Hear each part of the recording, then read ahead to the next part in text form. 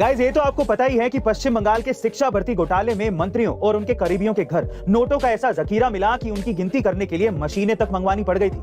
वहीं करोड़ों रुपयों का सोना मिला, वो अलग से।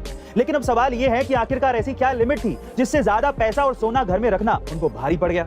दरअसल इंडिया में कानून के हिसाब से कैश लिमिट की बात की जाए तो घर में कैश रखने पर कोई पाबंदी नहीं है, बशर्ते आपको इसका सोर्स बताना होगा कि आपने वो पैसा कहां से कमाया और अपनी कमाई के नियमानुसार आपने टैक्स भरा या नहीं। उसी तरह से घर में सोना रखने की भी कोई पाबंदी नहीं है, बशर्ते आपके पास उसकी रिसिप्ट होनी चाहिए कि वो सोना आपने कहां से खरीदा। अब हो सकता है कि आपके पास प्रूफ ना हो, तो क्या फिर भी हम घर में सोना रख सकते हैं? बिल्कुल रख सकते हैं, लेकिन उसमें भी एक मैरिड वुमेन के पास आधा किलो से ज्यादा सोना रखना और एक अनमैरिड वुमेन के पास 250 ग्राम से ज्यादा सोना रखना गैर कानूनी है। और वहीं पुरुषों की बात की जाए तो ये लिमिट मात्र 100 ग्राम ही है। वैसे अगर वो लोग इन शर्तों के हिसाब से चलते तो बिल्कुल सेफ रहते। वैसे गाइस, आपके घर पे कितना सोना या नकदी है, ये कमेंट सेक्शन में मत लिखिएगा। और गाइस, चाइना और ताइवान के बीच चल रहा विवाद अब कभी भी युद्ध का रूप ले सकता है, लेकिन अब सवाल ये उठता है कि दोनों के बीच में आखिर विवाद हुआ क्यों? दरअसल साल 1945 से पहले ताइवान जापान का हिस्सा था, लेकिन वर्ल्ड वॉर 2 में जापान की हार की वजह से ताइवान चाइना को मिल जाता है। वहीं उस समय चाइना पर चाइनीज नेशनलिस्ट पार्टी के चैंग काई शेक का राज था, लेकिन साल 1949 में सिविल वॉर के चलते वहां की communist party Chiang Kai Shek की पार्टी को हरा देती है, जिसकी वजह से वो चाइना छोड़कर ताइवान चले जाते हैं और पूरी दुनिया में खबर फैलाते हैं कि चाइना का असली लीडर वही है।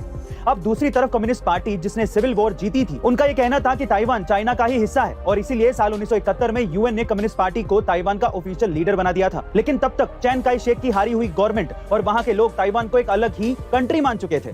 बस यही वजह है कि चाइना को ताइवान किसी भी हालात में चाहिए। बहरहाल आगे क्या होगा ये तो वक्त ही बताएगा, लेकिन आपका चाइना की ध्रुव प्रवृत्ति के बारे में क्या ख्याल है कमेंट सेक्शन में जरूर लिखिएगा। और ऐसे अमेजिंग वीडियोस के लिए शेयर, सब्सक्राइब एंड लाइक। मिलते हैं अगली वीडियो में।